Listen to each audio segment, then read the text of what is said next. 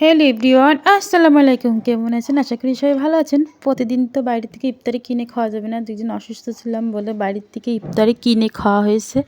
আজকে নিজে ঘরে বানাতেই চলে আসছি। এখানে সব কিছু রেডি করে রাখছি। এই যে এখানে মুগ ডালটা ভেজে নিয়ে এসেছি। মুগ ডাল দিয়ে ইলিশ মাছের মাথা দিয়ে রান্না করব। প্রেসার কুকারে দিয়ে দিব।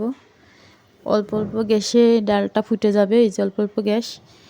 আর সিলিন্ডারে ইফতারিটা ভেজে নিব। যে ইফতারিটা ভেজে নিয়েছি সিলিন্ডারে।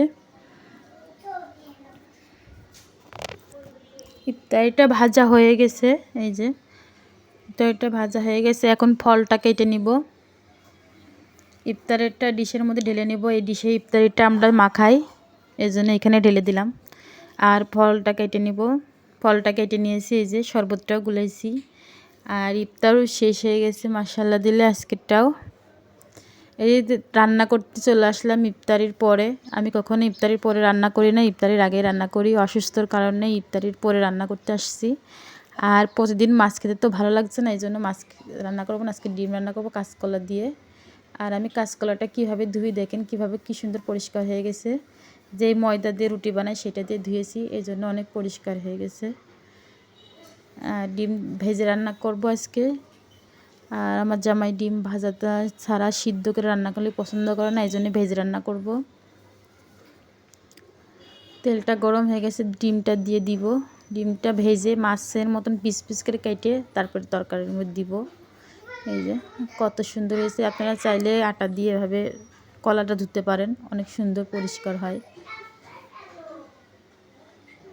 অনেকের দেখি যে হলুদ দিয়ে ধুই, ভাতের মাড় দিয়ে ধুই কাঁচকলা। আমি সবসময় ময়দা দিয়ে ধুই, রুটি বানাই যে ময়দাটা দিয়ে ওইটা দিয়েই ধুই, অনেক সুন্দর পরিষ্কার হয়। মশলাটা কষিয়ে তরকারিটা বসিয়ে দিলাম। আর এখানে এই যে ডাউলটা সিদ্ধ করে রাখছিলাম ওইটা বাগা দিব। ইলিশ মাছের মাথা দিয়ে কেটে নিয়েছি, ইলিশ মাছ কেটে ধুয়ে পরিষ্কার করে নিয়েছি।